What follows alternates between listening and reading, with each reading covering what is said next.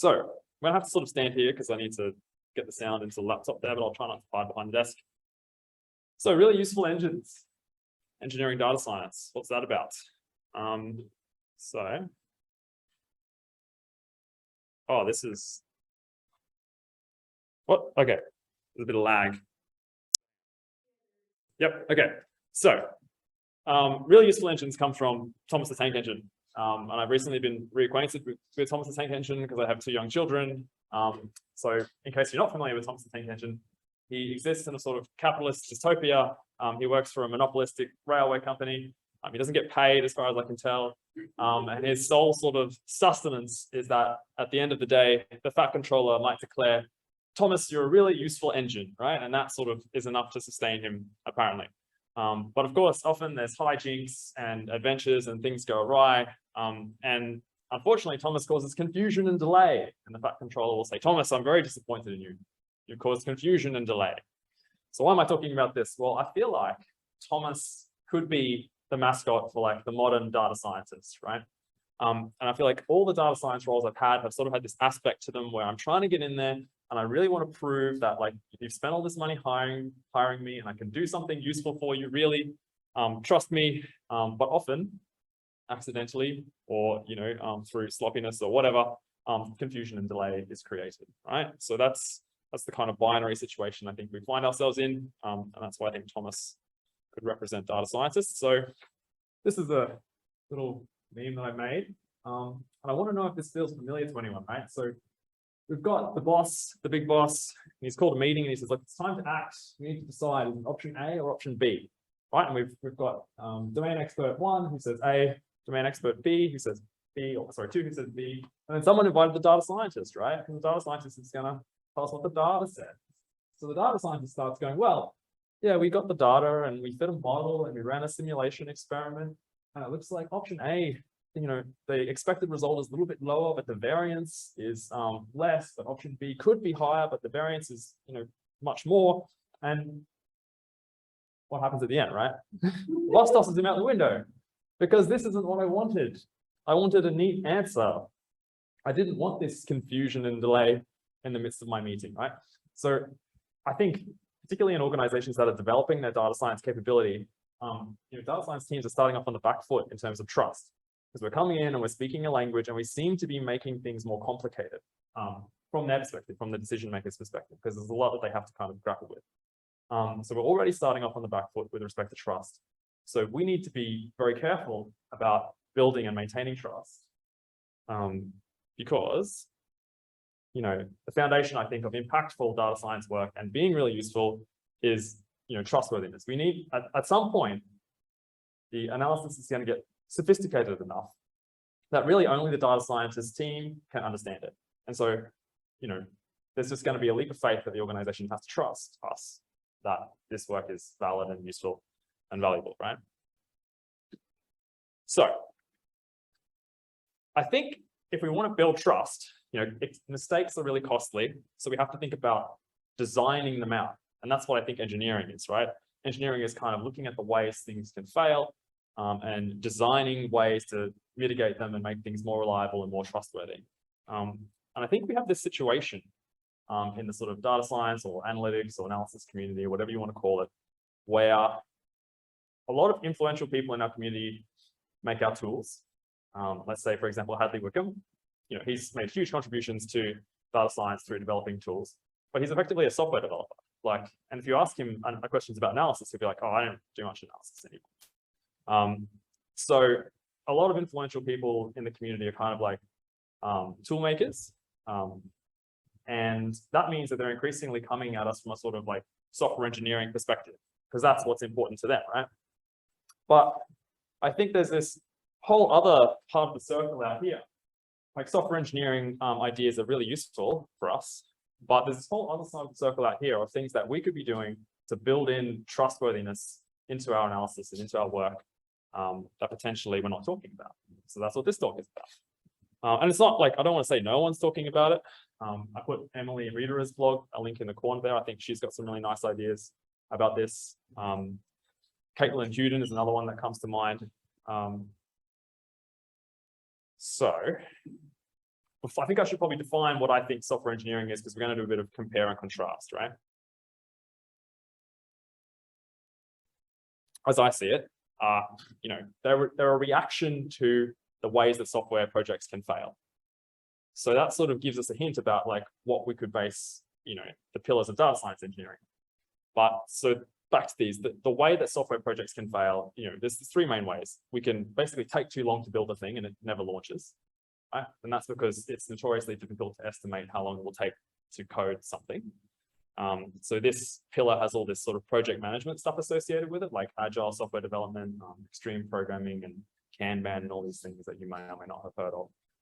But it's all about breaking the work down into small pieces and creating tight feedback loops where product managers can see a working bit of software each iteration. So we work in very short development cycles, and then at the end of each cycle, there's a working piece of software that they can sort of look at and understand if it's on track. So the next pillar of software engineering is like, how can we stop this thing from crashing in a heap once it's a live application, right? So it's all about robustness through testing. So, tester in development would be a practice that you could do. Penetration testing for security, and things like this. And then the next sort of pillar I'm going to say is about the other way that software projects can fail is, you start building an application, and 2 or 3 years later, when it's finished, the market has moved on.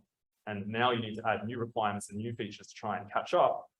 But you built your software like concrete, like it's hard to modify without breaking it, right? So this last piece is about designing software to be modular so that you can remove parts. There's these things in the code called abstraction barriers, so that parts of the system interact through APIs and don't know too much about each other, so that I can like swap out, say, a database for like an S3 bucket or something, and then the whole application doesn't come crashing down because of that. So, pause. How do we feel like these map to the software that we write, the code that we write for the pipelines that we produce?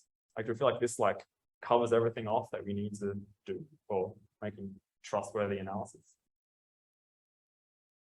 Anyone want to volunteer an opinion? Anyone think that that's good or bad? Or can anyone tell me something that would reside in the blue circle?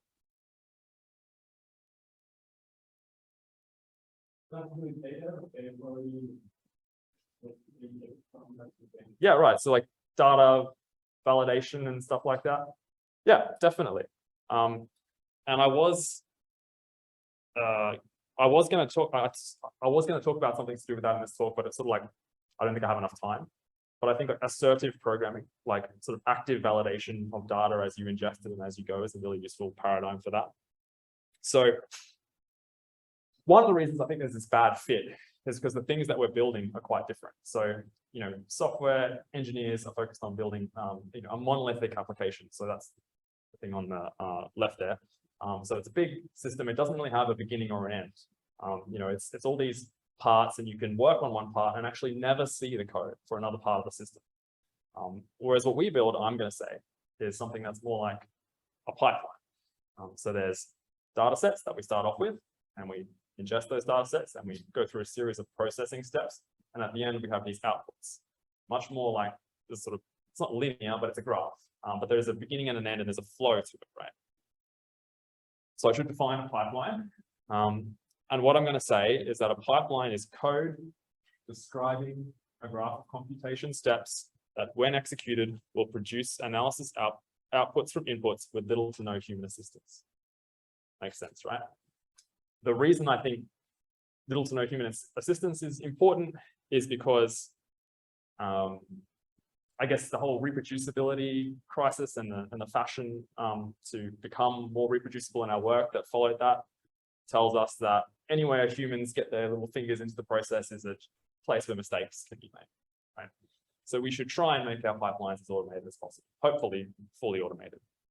And I personally never trust analysis that has arisen from interactive development. Like, so, in R, you can quite happily like load up a data set, jump in the REPL, type in some commands, do an analysis, get an answer, just interactively. But usually, well, quite often, you will get into a situation where you accidentally overwrite variables or create a function that's kind of stale or something, and you'll end up with these errors that are a result of doing work interactively instead of just in an automated way. So some points about pipelines. They're often built iteratively. So we don't build this end-to-end pipeline up front and then put the data in and then get the answer out. We build a prototype and then we run the pipeline, we get the results and we tweak. Like we tweak, particularly the graphics, take a long time usually, but also the modeling, we might try different approaches and that kind of thing. So it's an iterative cycle of building them. And like I said, they're a reaction to complexity, the manual labor and the reproducibility aspect. And hopefully they use version control. And I think the simplest possible pipeline is a R Markdown or a Quarto document, right? So it has these chunks of code that are steps in it, and it runs in a fully self-contained sort of environment, and it produces the output. So here's another way to look at it, right? So that's like the what are we building, but this is the how that we're doing it. So this is a graph, and we can see it okay. This is a graph of my team's commits to GitHub. And so we started with 4 data scientists in 2019, and we're 3 now. And in 2019, we moved from Azure DevOps to GitHub, and we left a lot of junk there, right? So don't judge us too harshly for this period in terms of productivity, right? But, okay, so some interesting things for me about this picture. Just the sheer number of projects. So the projects run up the y-axis, right? So there's 103 projects over this 3.5-year period, right? There's there's kind of 3 main patterns in terms of the way the commits fall. So I think there's like, do I have a laser pointer? Oh, I have a laser pointer. So there's like, I guess the people online can't see it, but there's things that are like, it's just a short, sharp project, like a few commits together, and then it's like done. So that's an analysis that we delivered. The stakeholder was happy, tick, done, never think about it again. There's these like long strands of stuff that are sort of like really steady, and that's infrastructure. So that's things that we build that help us build other things. And then there's this thing, which is like, did a bunch of work, delivered an analysis that we thought was done. And then what is that like? Over a year later, the stakeholder says, hang on, I need some enhancements, or I need some, things done to this. And then potentially even later still. So this is what I call the boomerang, right? And this is a bit of a nightmare scenario, because when this happens, it's usually always urgent and required immediately and all this kind of stuff. So this tells us a little bit about how data scientists work. I feel like this isn't just specific to my team. I feel like this will generalize a little bit, because just the sheer number of projects is a thing that's going to be different to software engineers, but common among data scientists, because there's only so much we can torture data with code, right? You could write 5,000 lines of data analysis pipeline, and that would be pretty hefty, But a software application is like, I think our studio is like about 200,000 lines of code. Right? We can't write that much code because there's just not that much to do with data sets, I think. So we're naturally going to have more projects over time. And I think, this is what the next part of the talk is going to be about, this idea of like switching between infrastructure and projects.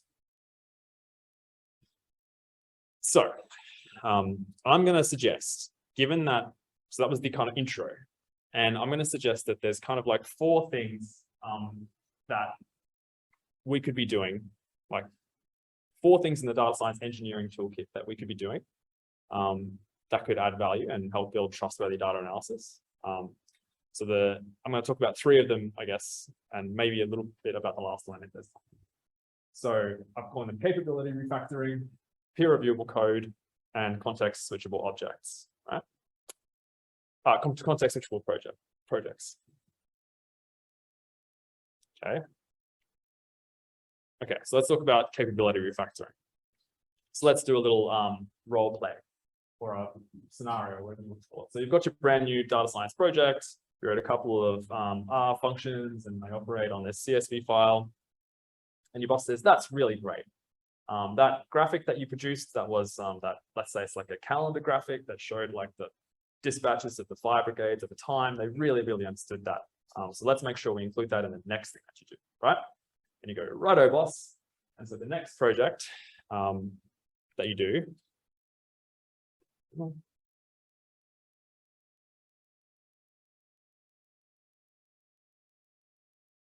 sorry. So the next project that you do, you copy paste the code, right? You go, right, so I need to make sure I use that code.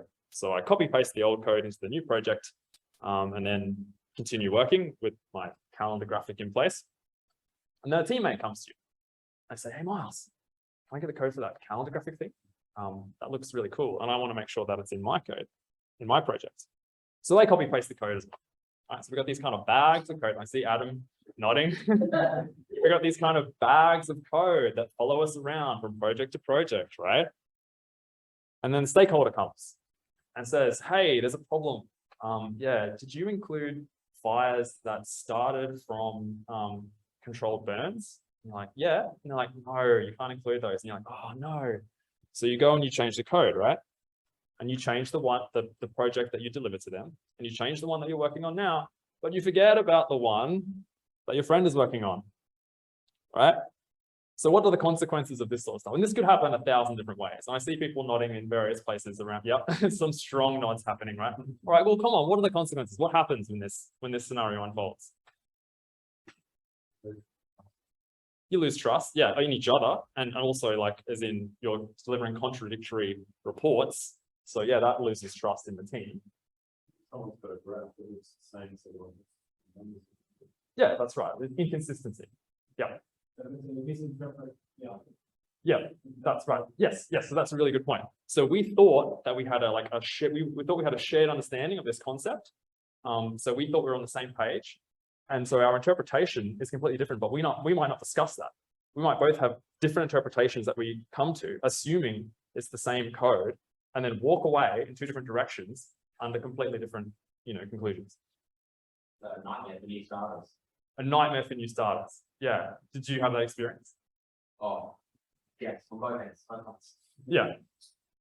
So what is the solution to this? Like, it's not revolutionary, I should say. Well, this is what it causes. It causes confusion and delay, right? And we just discussed that. But what is the solution? Well, it's to create a single source of truth, right? So we should be extracting those really useful algorithms and graphics and things into a single point. I'm going to say a package is a good idea, but it doesn't have to be a package. It could be a template. Or what my team has done a little bit of is deploying things as services, like in the cloud. So you stand up a server with an API and you can blat code at that and get results back.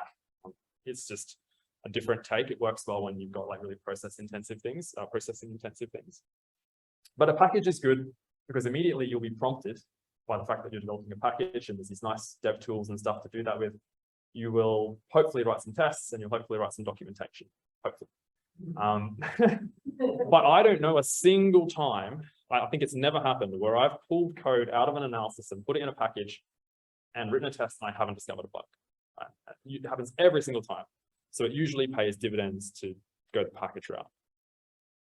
So I think that's cool and that helps maintain trust in the team. But I think there's another aspect to this that is where the real value gets created, right? So this is, my team's package layer. I think there's about 22 packages there. And a lot of them are quite domain specific. So you would have never seen these in the public domain, right? Because they're like QFES this, QFES that, QFES data or whatever. But they provide this kind of like domain specific layer that make our work easy and they improve our productivity. And there's a lot of stuff here to do with maps because we make a lot of maps and maps is a time consuming exercise. But we can pull together maps really quickly now and we can have like, cool looking web GL maps. And if someone says, hey, can I print this? We can immediately pivot that to like a ggplot map and it still looks like the same look and feel and stuff. And that's a good bit of investment. But what I want to the point I want to make is that when you invest in this, you get immediate returns because now I boost my productivity, which gives me more headroom on my projects to do these kind of like novel and interesting things like the calendar graph or whatever it is that stakeholders like, that then we can in turn incorporate into the capability layer. So I'm going to say it's basically a positive feedback loop, right? So I want to give you a case study. So this is something that's probably one of the more novel and cool things that we do. And we didn't plan to develop this. We just sort of arrived at it because we had the way to express it built into that capability layer. So this is what we call notional location analysis, and it's used to decide where to put a fire station. So the theory is like you've got an assumed distribution of demand, and you've got this road network, and so the decision of where to put a fire station is mainly governed by the 90th percentile of response times. So if I can take a sample of this road network and simulate a whole bunch of like routes to this demand distribution, I can characterize a station location's response times. And if I can repeat that process all over the road network, I can create a graph that's like this next one, which is now like, okay, it's trying to be a heat map of like where are good places to put the fire station. So yellow is like you're decreasing response times, and blue is like you're increasing response. And if you think about it, it kind of makes sense that it's chosen somewhere between, I think that's Atherton and Tolga, because in this scenario, there was two kind of demand hotspots in those areas. So the analysis is like, well, in between them might be a good idea. So seems to make sense. And yeah, we built out a little Shiny app and stuff around it.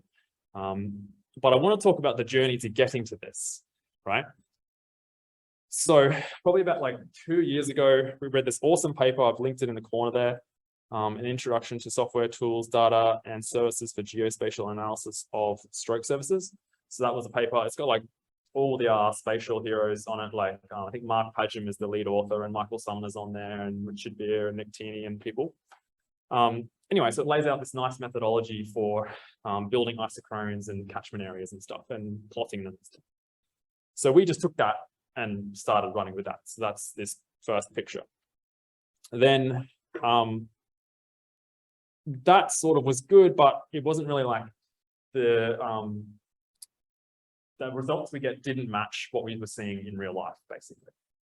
So we had to change the way the transport model, like we had to create create a routing model that represented a fire truck, not a car.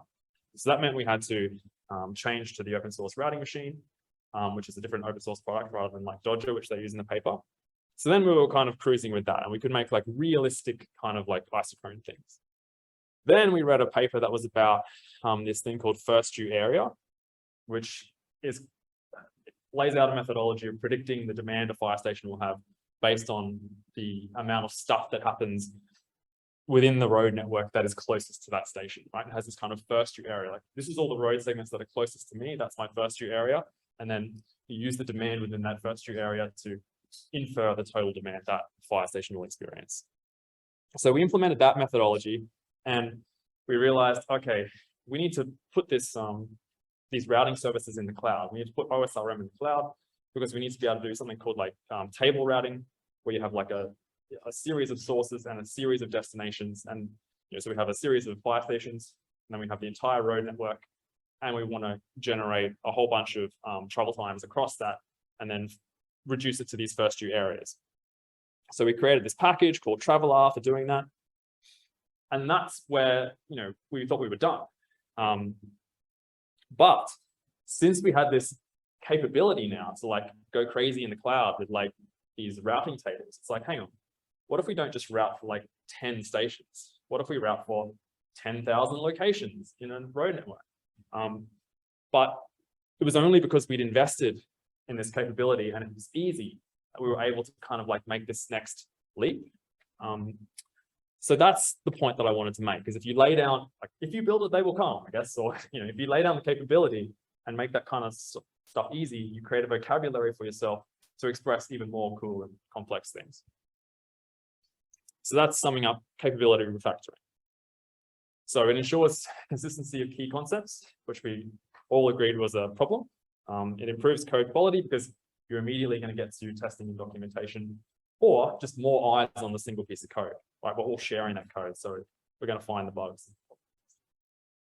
Yeah, and there's that virtuous kind of cycle, improving productivity, and also giving us time to do more things that improve productivity. And yeah, I think there's like a mechanical aspect to this. Like I've said, they're making teams into machines. Like I feel like my team got into this cadence where it was like on each analysis, we'd like stretch for something like a little bit cool.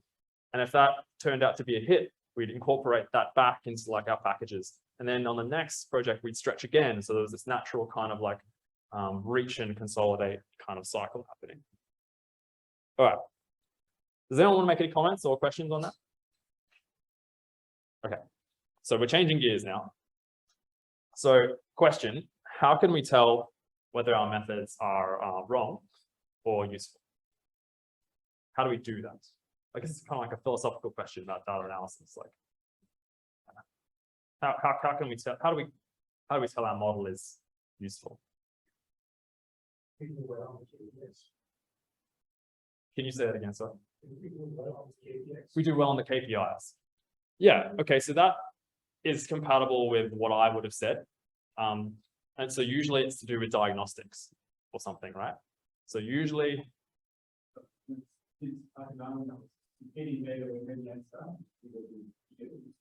Yeah, okay. So you can like validate the methodology on like synthetic example, or is it? Yeah, okay. Yep. Cherry says validity versus accuracy, testing and ground truth. If the model is used by the people on the ground and do methods with point policy. Thanks for that complicated response, Nick Keeney. You also could lie. Hi. Yeah. Okay. So what I'm going to say. Excuse me. Yep. Can you hear me? Yes. Yeah, it's Ian on Zoom. I'm just Hey, going to Ian. make the observation, Miles, that I don't know if it matters or not, but we can't hear when somebody speaks in the room. I mean, I don't know how much that's a problem, but Oh, gotcha. Yes. Sorry. you may not be able to do anything about that much, but I'm just letting you know. Thanks, Ian. Okay.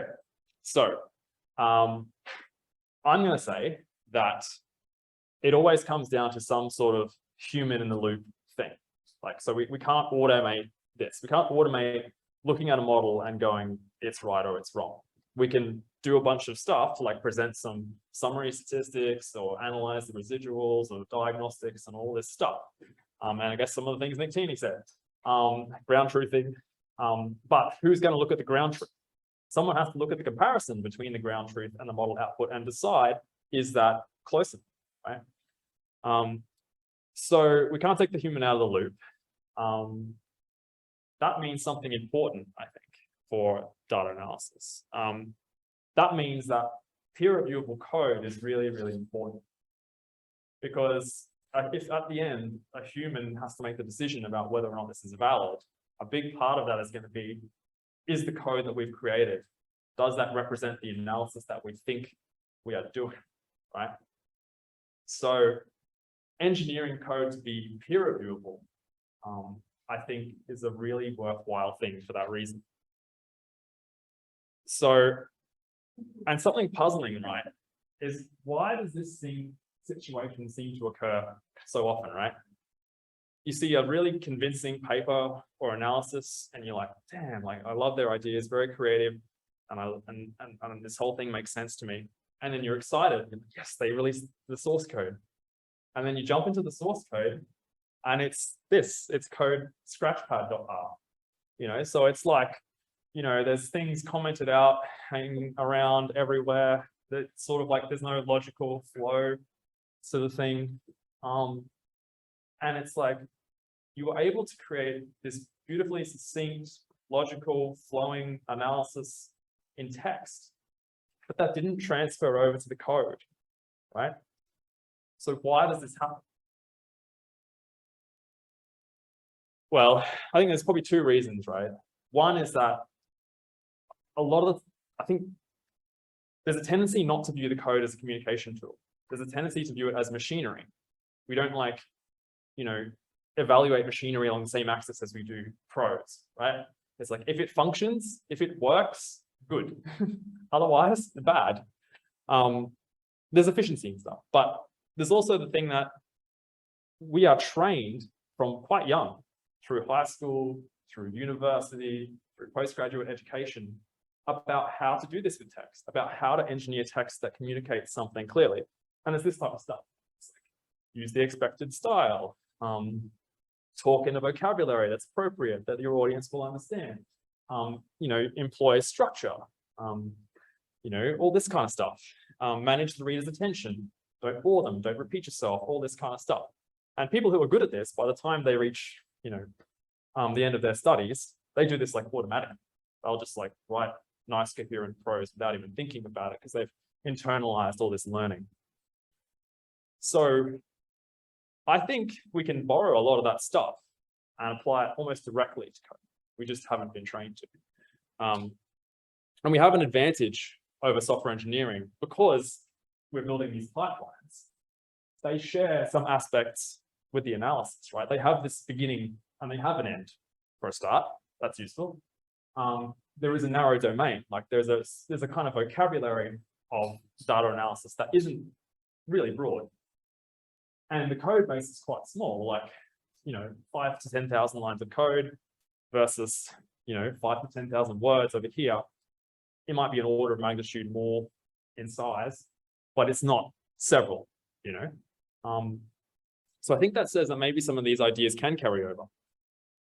So this is going to be like a series of peer reviewable code tips, and some of these will be kind of obvious. And then we're going to talk a little bit about some advanced stuff at the end of this, right?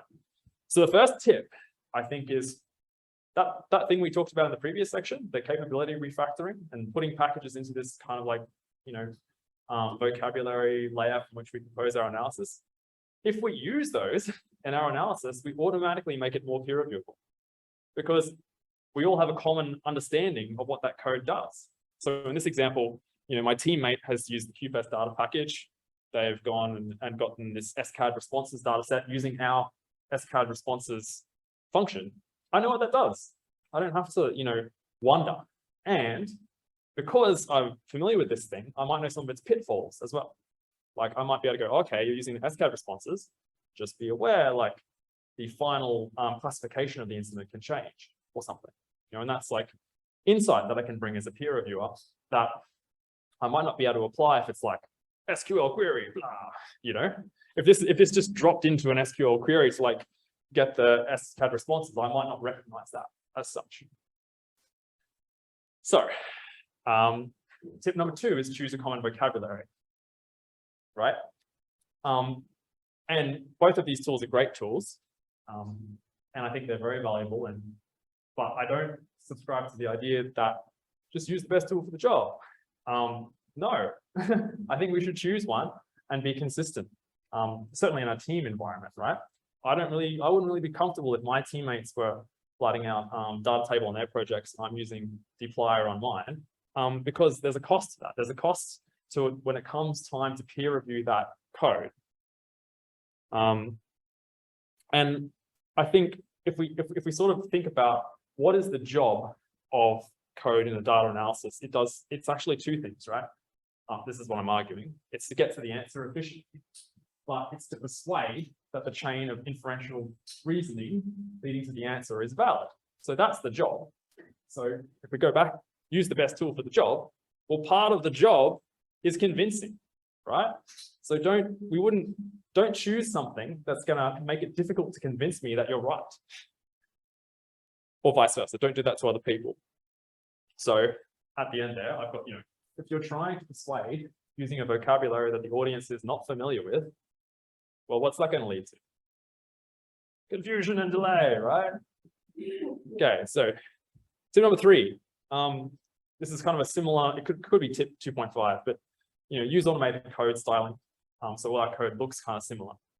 Because if we do that, we're again like playing to this like teammate pattern matching, everything looks similar.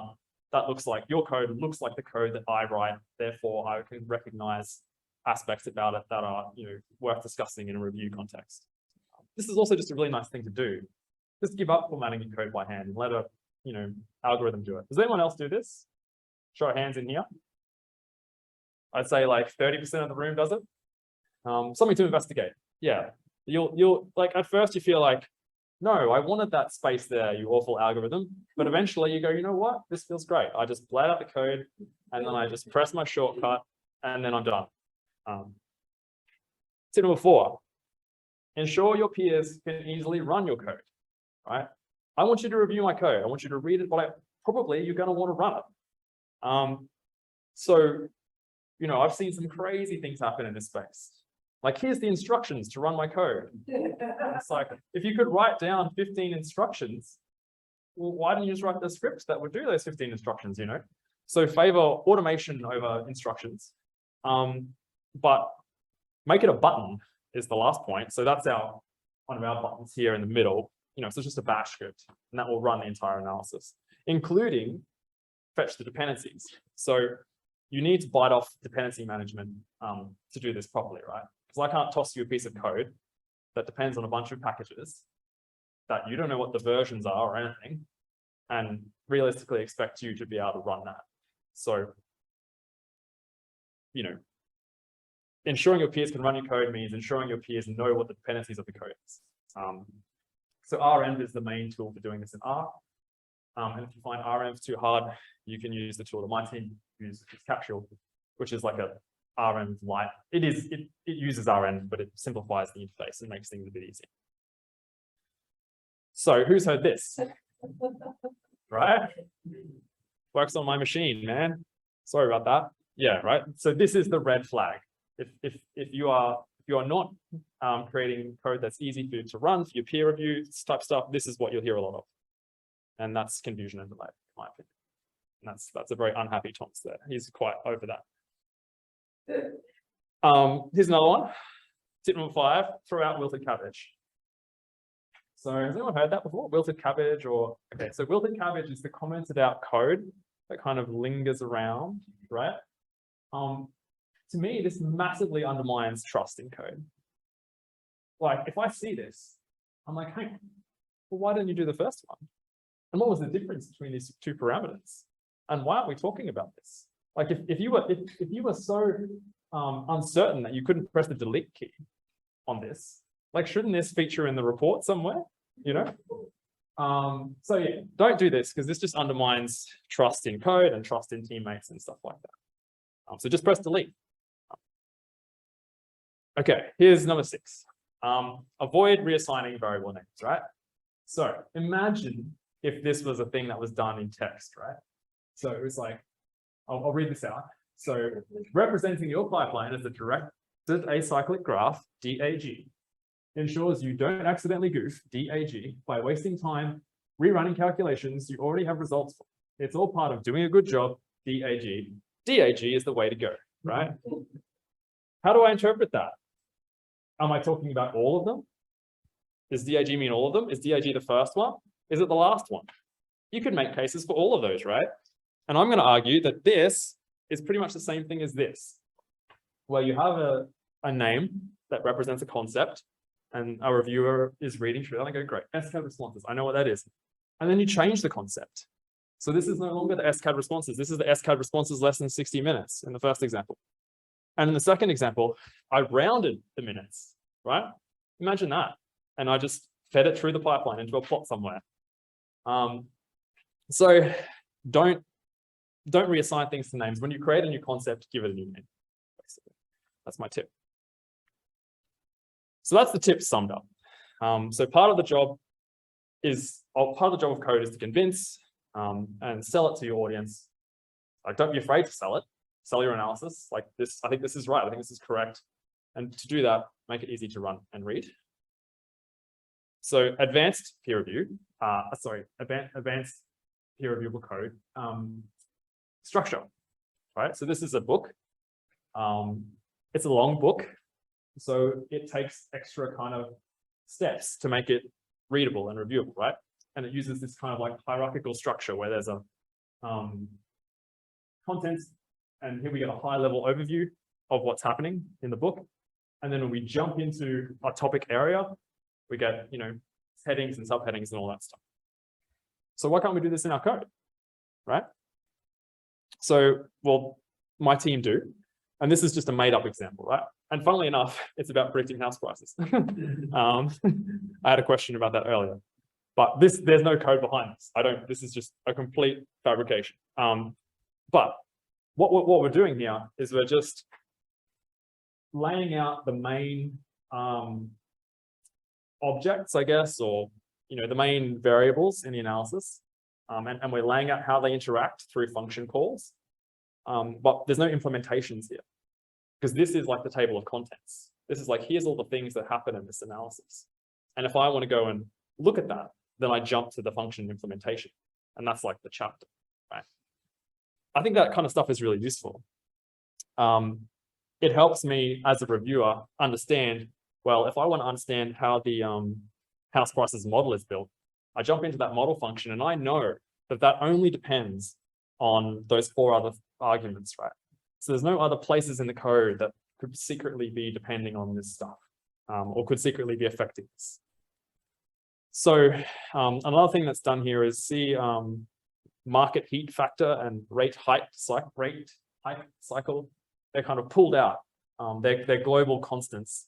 I think this is a useful thing to do, because this tells your reviewer this is actually a really important parameter of this analysis.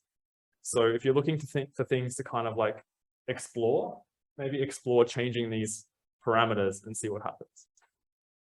So I've said here about structure, it helps the reviewer contextualize the code in the overall workflow and provides jumping off points for understanding encapsulated stages. And what I wanted to do now was to show you, I'll just see if this screen share works. I wanted to show you like a, oh, okay. So someone's got to stop sharing over here. I hope I don't wreck this. So I wanted to show you one of my team's projects. It's like, so you can see a real live example.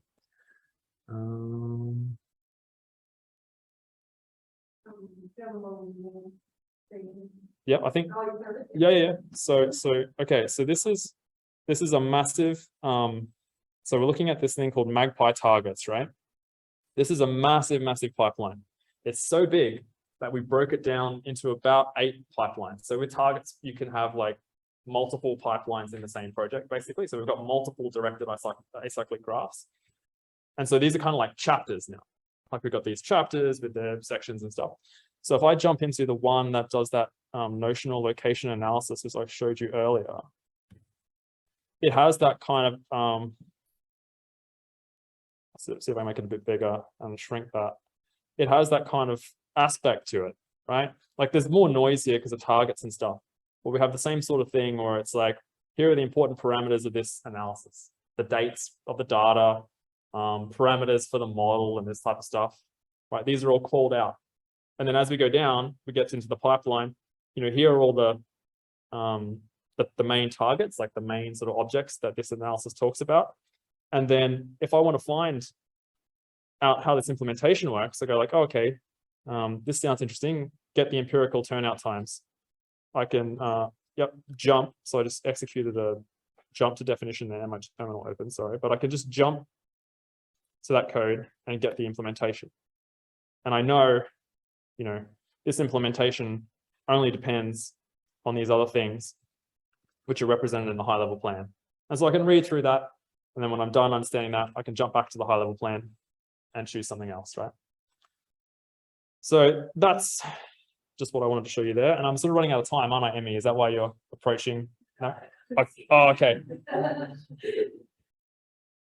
No worries. Sorry. So I'm going to jump back to the presentation. So yeah, it provides these jumping off points for reviewing the code. Okay. So that was the end of that. So context switchable code is like, it's mostly the same. Well, let me put it this way. It's a superset of peer reviewable code. So we saw that context switching, remember in that graph that I showed you of the commits, context switching was kind of a big deal, right? In fact, it might be worth just jumping back to that for a second. I don't know if I can. Yeah. So remember this thing. Yeah. So context switching is represented here by, well, we talked about the boomerang, but also these clusters of vertical stuff here. So wherever that's happening, that's a lot of stuff, a lot of different projects being worked on in a very short space of time. And I actually tried to count up the context switches that we've done. So I said, okay, anytime there's a commit by an author followed by a commit on a different project, that's a context switch, right? So there's about 3,500 commits here, and there's, I think, 890 context switches. And interestingly, 355 of those context switches were mine. And since I've been at QFES 3.5 years, we can divide that easily, and that means that I've been context switching every 3.5 days, right? So what I'm trying to say is it's kind of important. Now, obviously, that this simple calculation exaggerates the context switching. I'm not context switching every 3.5 days, or it doesn't feel like that, but it certainly wouldn't be weeks before context switching. All right, so jump back to that. So how can we build on those ideas we've talked about and get context switching something that's built in or easy to do, right? And yeah, we talked about the dreaded boomerang. Like we work on something and then 6 months later, we have to work on it again. Without, someone says, this is urgent, I need this updated right now. That's stressful. And how can we take the stress out of that? So tip 1 is attach a reproducibility receipt to every document that you create. And that's something that my team does. So what that is it's a little stub that sits at the end of the document.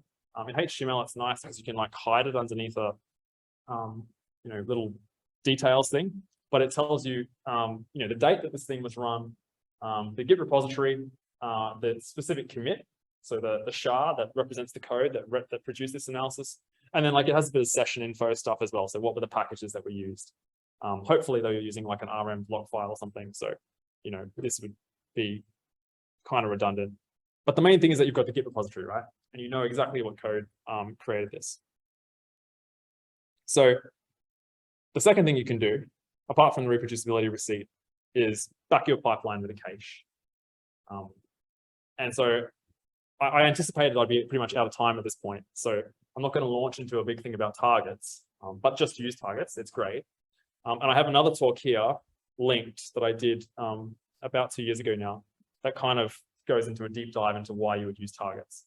But the thing that I want to say now is targets is really great for context switching because when I run the analysis, all those little intermediate objects that appear in the high-level plan get cached. And that means anytime that I want to jump back and make a quick change, I can locate the context of that change through the high-level plan. So I'm like, all right, so I need to change this thing. That's in this function here. And I know specifically what targets or what objects that function depends on. I load them up from the cache. That means immediately I can start experimenting with interactive development and doing my dev. And then I rerun the pipeline, and then the job's done. And I rerun it in a separate session. So that kind of thing is really fast.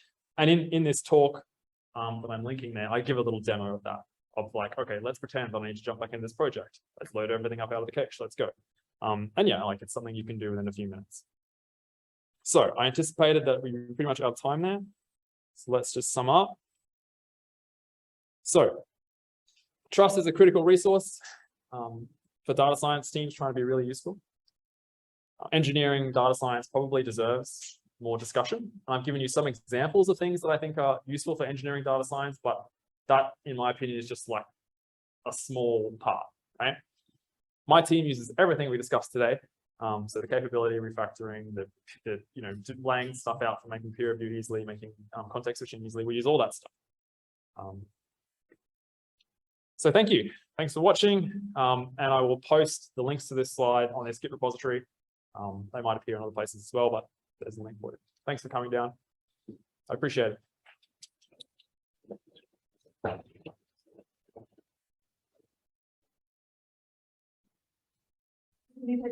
Yeah. Okay, do we have any in the room? I think we're talking about the things that we might bring together. So in a standard or group of things, right? But initially, I seemed like it was arranged as your individual things that you do. The second way that you can resolve that or like Are you suggesting that our code was laid out alphabetically? I'm sorry, would you mind repeating the question? I will. I'm just trying to understand the question.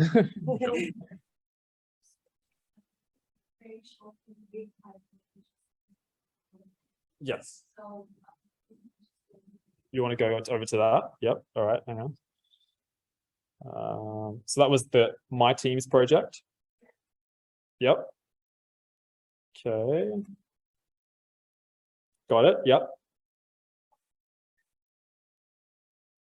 And so the pipeline starts up here and then goes down to different targets. And your question is? got left, On the, sales, finances, everything like. on the side. They can't see it because it's covered by the. Oh, Yeah. sorry. That's Sorry. it. How do I get rid of this? Corner? Yeah. Okay, so sorry, I don't understand the question. So, should I arrange and so then just resolve the order of contents like this in the book, right? Yeah, So, if this would be that just oh, okay, yes, okay, so I get it. So it's like, here we're representing a graph in code. Code has a linear flow, but the graph could be flowing in a different direction, yeah? Okay, so the question is, how can we make the code match the graph? Like, yeah? Yeah. This is how it's Yeah, yes. So that's a great question. So usually we try to keep the graph roughly following the way that the pipeline flows, but when the pipeline branches, you know, that's not possible. So Targets has some stuff in there, you know, for producing these kinds of like visualizations that are supposed to. Can you see that? No, you can't see that. If I go back to the slides.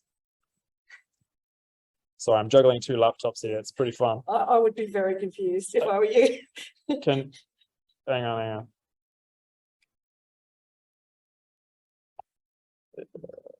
Where's Zoom? Okay. So I gotta share screen again. Sorry, everyone. Okay, so we go back to here. So that was what I was trying to show you. This picture here. So this is a visualization created by Targets that's supposed to help you understand how the flow works. And then, you know, you can search for these names in your code or something like that. But I don't have a good way to like make the code match the graph. Okay. So any other questions? Yep. I guess, so I've been working where I'm a ground institute, we have like all these different teams and they're all working on their own project. Yeah. And you hardly ever touch them with it, like 8 months down the track where like the issue becomes back around and then that person moves on. Oof. Yeah. Yeah, it's really far. Mhm. And so then I think something that like I didn't use in the course and is that when building something tools is not that useful because I work in the migration team, so I could build out the whole package for the migration development. Like that was nothing to help you like something. Yep. But it's still important that I can be there for the and to add to that complexity, there was a different levels of capability. Yeah.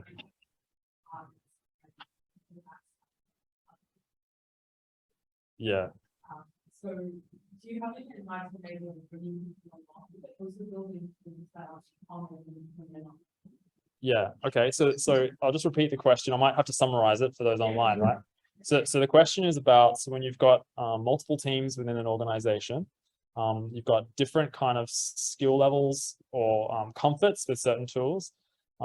There's a question about how useful is it for teams to build packages for themselves or things for themselves that other teams can't easily use. And so how do you kind of bring people along with your words to get people like using shared stuff rather than like more siloed approaches? Yeah, is that, I'm not paraphrasing. Yeah, that's roughly what you said. Yeah. Okay. So I think you have to sell it from the return, I guess. Like, and a great way is to make tools for people, right? So if you can make a tool for that team and say, hey, look, do you like this thing? And it helps them, then they're going to use it. And then if that tool has like other little suites of tools that it talks to or similar things, that might get them interested in this idea of like, hey, you know, building out these tools is valuable. It's things like understanding important stuff like, I mean, you should all be using RNs, like probably, and getting everyone across that.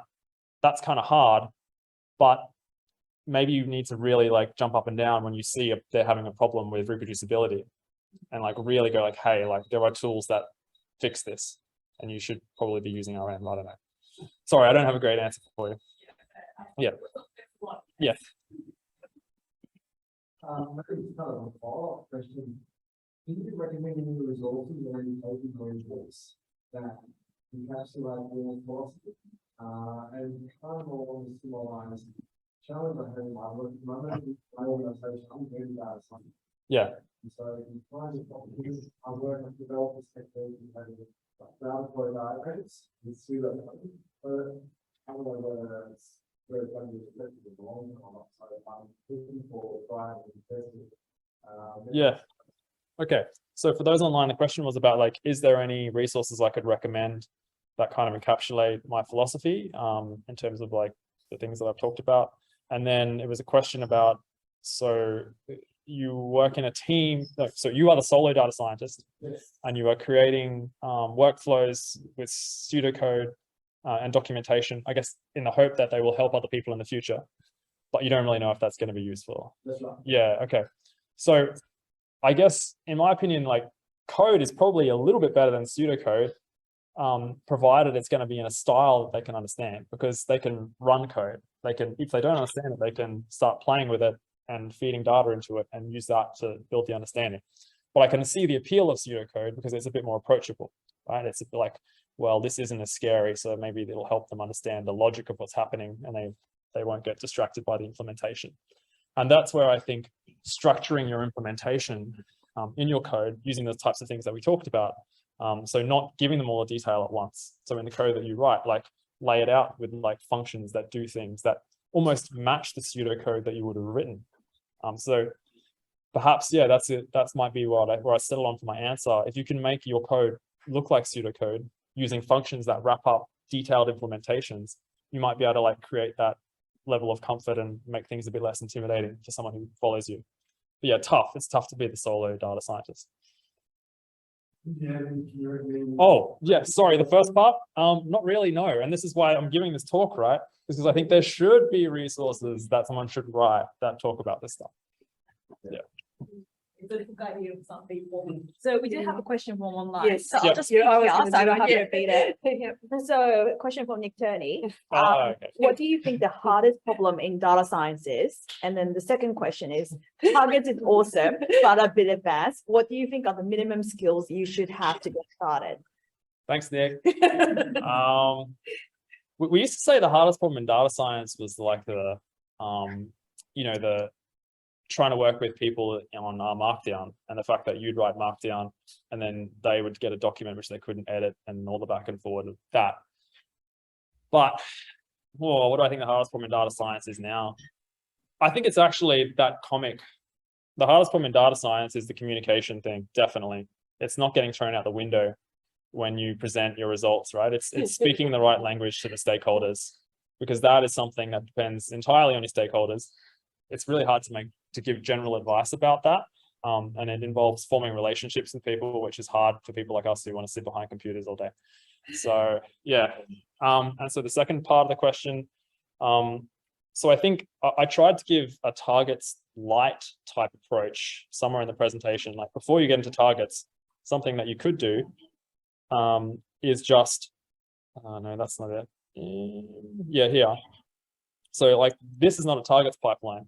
This is just code that contains a file, and let's call this like main.r or something.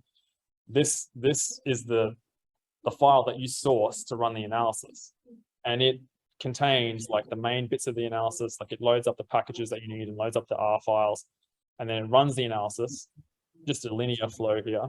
But it has the nice features that we want of like, giving you a high level overview and surfacing important parameters to the analysis while not like overwhelming you with the detail.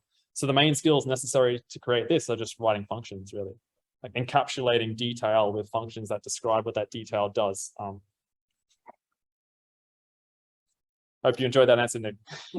He says the round trip reproducibility problem. The round trip reproducibility problem. Yeah.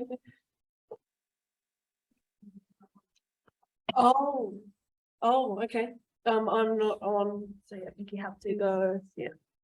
So Ian and Jonathan. Okay. Ian, would you like to unmute yourself? Sure, I'm unmuted now. Cameron's got a question too. Okay. I'm not sure. Nick was very clever getting in first there. I'm not sure how he did that. Anyway, Miles, can you just show that graph that you showed early on with the numbers of projects and so on? Yeah. I just want to understand it a little bit better. I mean, I got the basic idea. I did go So apart. what's a black dot in that? Oh yeah, okay, sorry. So a black dot is a commit to a project. So all of our projects are backed by Git repositories. Yeah. And a black dot Okay. And they're different sizes. Is that yeah, why is that? Right.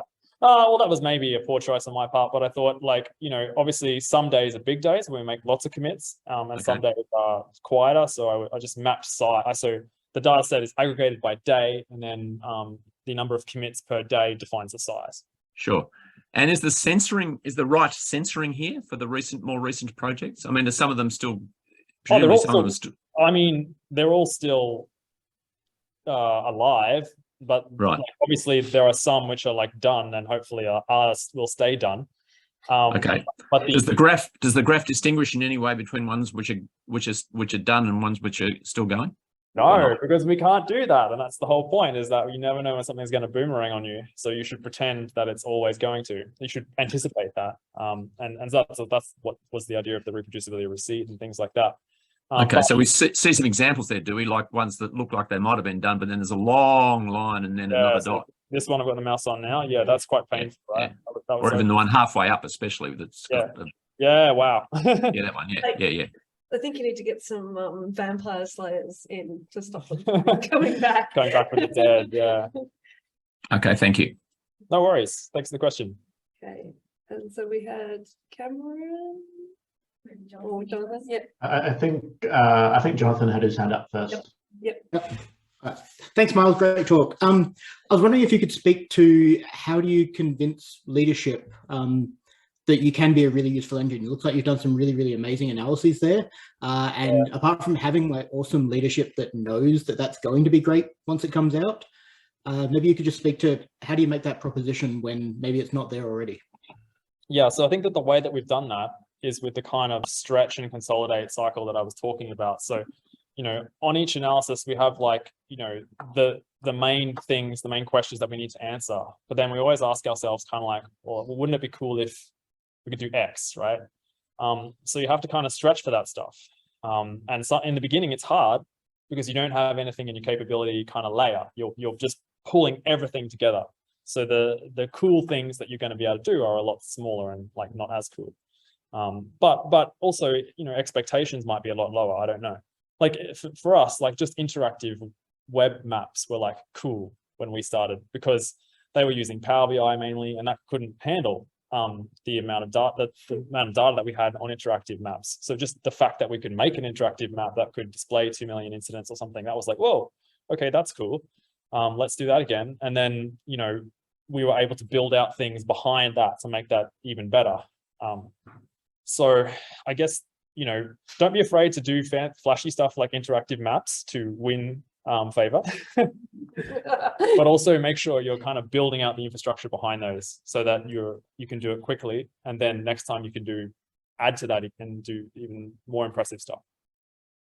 So I guess you'd say it's a bit of a slow burn, pun intended. It has been for us, yeah. Was that question just to generate that pun? Most of mine are. And then Cameron. So hi everyone, Cam Patrick here.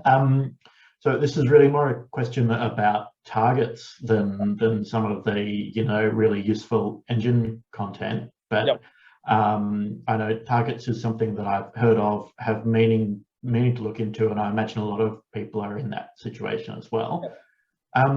How do you find integrating something like targets along with interactive data exploration? Like most of my code starts out, you know, typed into an interpreter, eventually makes its way into an R Markdown file, and then, you know, that ends up being knitted. How do you interactively work with something that's using targets? Yep. So it's hard because I've been using it for such a long time. It feels very natural. But in the beginning, I certainly know I felt frustrated a little bit by the fact that like I just wanted to like type out the code and immediately get that feedback, so I could tweak things and stuff like that. But targets actually accelerates that. So if you have things laid out in targets, you know, using the graph idea, then if I want to tweak something, targets handles rerunning all the things that depend on that. So you waste way less time like, oh, okay, I need to change the data wrangling that feeds into this visualization. And now I need to go back and interactively rerun that step. Oh, but I accidentally ran it twice. So now the data is in an inconsistent state and the visualization is broken, and it stops things like that happening, for one. And also the idea that you can read these objects out of the cache and work with them interactively. You know, so you start up a fresh session. So, you know, you should always be closing your session and killing all your objects, and you start up a fresh session and there's no need to rerun all the code to get working again. You just like reload those objects out of the cache and continue working with the data set interactively. So, you know, sometimes it feels a little bit weird. It's like, where do I put the code that's doing that? So, you know, like in our studio, you might use like an untitled tab, shock horror, or, you know, sometimes we have a markdown report and we'll do experimental code like in the final report of the analysis and then backport that into the graph. So those are some ideas. Often, if I'm looking, you know, if I'm doing something that's just like an experimental, like quick visualization or something, I'll just like type it into the code file that I happen to be looking at. And if I like the look of it, I'll port it to an actual target. Great, thank you. So I know there was a question from the audience, but maybe we should close off and people who are in person can come and talk a little bit out. Yeah, okay, because we've done more questions from online. Yeah. Thanks, everyone. Great questions. Yes, thank you so much for coming online.